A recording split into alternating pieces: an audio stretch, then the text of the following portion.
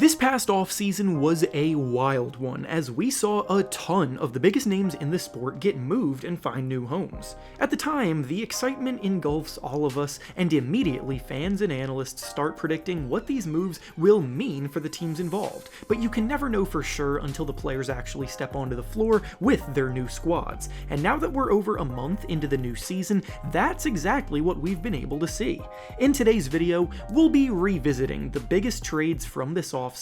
and we'll be regrading them based on how they have been working out for the teams involved so far, now that we actually see the product they are producing on a nightly basis together, along with how it looks like things could be for them moving forward. Before we start though, it turns out a good amount of you watching right now aren't even subscribed to the channel, so if you enjoy the content, consider hitting the subscribe button, as not only does it help out a ton, but I'd also very much appreciate it. Now with that being said, let's begin. The first big trade that went down this offseason was centered around Bradley Beal, and after 1 month of the season, looking back on it, the Suns get a C+ grade and the Wizards get a D grade. In hindsight, this trade really hasn't been a home run for either side, and there are huge question marks and red flags that have flared up for both teams as a result of it. The Suns made the trade trying to form the most talented trio in the league in their quest to win a championship, but what they didn't realize at the time was that they were trading for damaged goods.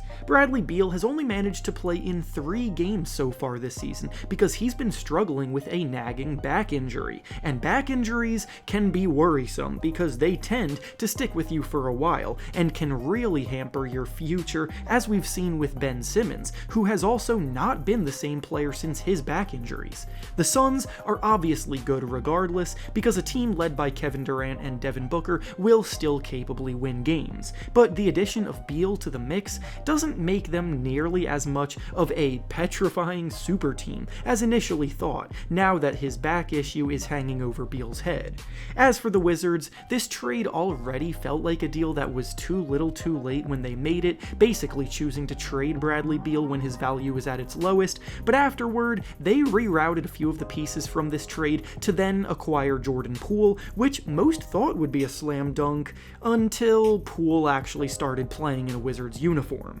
Poole's recklessness has been fully unleashed now that he's out of Steph Curry's shadow, and his inefficiency, terrible decision making, and tanking production have been worse than anyone could have imagined. So all in all, the return they got for Beal was pretty underwhelming, especially considering that they didn't even get a first-round pick from it. The next big trade to go down this summer was the one centered around Kristaps, Porzingis, and Marcus Smart, and as it was a 3-team deal, the grades are an A for the Celtics, a B for the Wizards, and a C-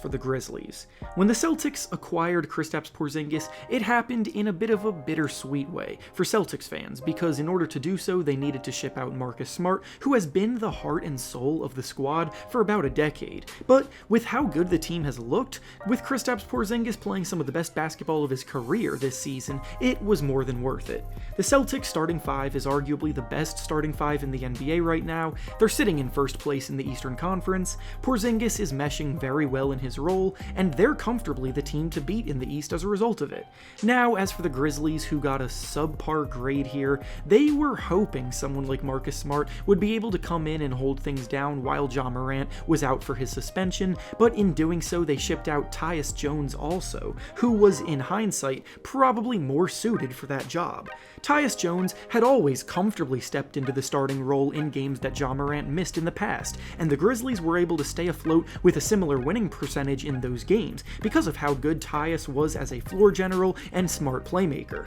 Marcus Smart is a good player, but he's never really been that great facilitator type or much of a playmaker on offense, and now the Grizzlies are sitting at the very bottom of the standings, on the verge of sinking their season before Morant even makes it back onto the court. As for the Wizards, Porzingis could have easily chosen to become a free agent and opt out of his contract, which would have left the Wizards with nothing in return, so the fact that they worked together to get the team any return, let alone being able to land someone like Tyus Jones, was more than worth it for them as they shifted towards their rebuild. The next trade we'll be discussing was a massive one, and I'm actually combining two trades into this one discussion because it was all tied into the same framework, and that's, of course, the Damian Lillard trade, which was immediately followed by the Jrue Holiday trade, with the full details of both being on your screens now. The grades here are a B+ for the Bucks, a B for the Trailblazers, a B+ for the Celtics, and a C+ for the Suns. Starting with the team that got the grand prize in it all, the Bucks. They snuck in and won the Damian Lillard sweepstakes, expecting to form the best duo in the NBA and to get back on top of the Eastern Conference. I'm not here to say that the trade hasn't been going well, because it has, hence a very solid B+ grade, but it's not in the A range because there are some things that have popped up that leave at least a little bit of cause for worry. The trade was obviously going to bolster the team's offense, which it has, as the Bucks are now a top 5 offense this season, but defensively, the Bucks' perimeter defense without Jrue Holiday has taken a big hit, and the Bucks went from being the 4th best defense last year to being ranked 21st on defense this year. For the Trailblazers, they were coming under heavy scrutiny for holding out as long as they did after Dame's trade request, but when the deal finally went down, I was a big fan of the return that they got because, in theory, DeAndre Ayton was a good fit into their young core as a talented big man who desperately needed a change of scenery, and Jrue Holiday was brought in specifically to be rerouted, which he then immediately was to Boston, in exchange for 2 more first-round picks and Robert Williams, who is another talented young big man. Unfortunately for them, though, Robert Williams suffered a season-ending knee injury early on this season, and DeAndre Ayton has just not been that good since the trade, but in the end, those two should still be able to turn things around in the long run, and all of the draft capital that they got on top of it is still a solid haul. The Suns came into the deal basically just to help facilitate things and to replace DeAndre Ayton, and while Yusuf Nurkic isn't a bad player, he's just not a very good one either. His touch around the basket is starting to fade a little bit, and he's a subpar defender, but he's a solid rebounder, and at least plays hard, which you can't always say about DeAndre Ayton. Then finally, the Celtics were the recipients of Jrue Holiday, and also get a B+,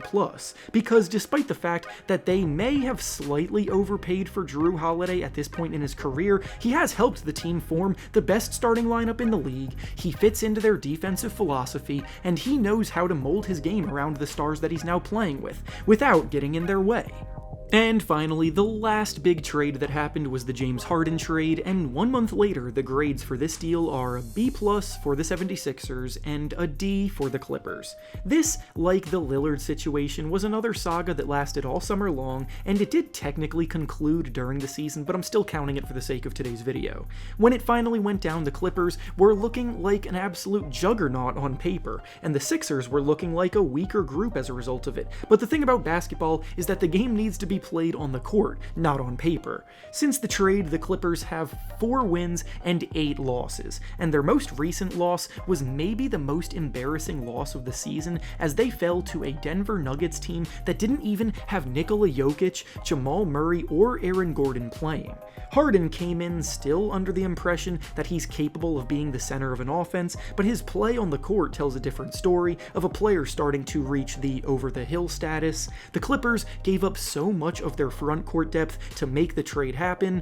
their best players don't mesh well together when they're all on the court at the same time, and we're all learning an important lesson about how roster construction in real life is not like your NBA 2K video game, where you can just throw stars together and it'll all work itself out. The Sixers, meanwhile, actually came away from this deal looking amazing, as they smartly refused to give James Harden the max contract extension that he wanted. The move opened up more of an opportunity for Tyrese Maxey to blossom into a star, and they bolstered their front court with players like Robert Covington and Nicholas Batum, who have come in and made an instant impact in their rotation. Getting that kind of short-term help, along with the first-round pick and the pick swap, is huge in hindsight, and it gives them another opportunity to possibly make another big move before this year's trade deadline. And with that being said, that's all I have for you today. Make sure to like the video, subscribe to the channel, and comment down below what you think about these blockbuster trades in hindsight. Thanks for watching, and I'll see you all next time.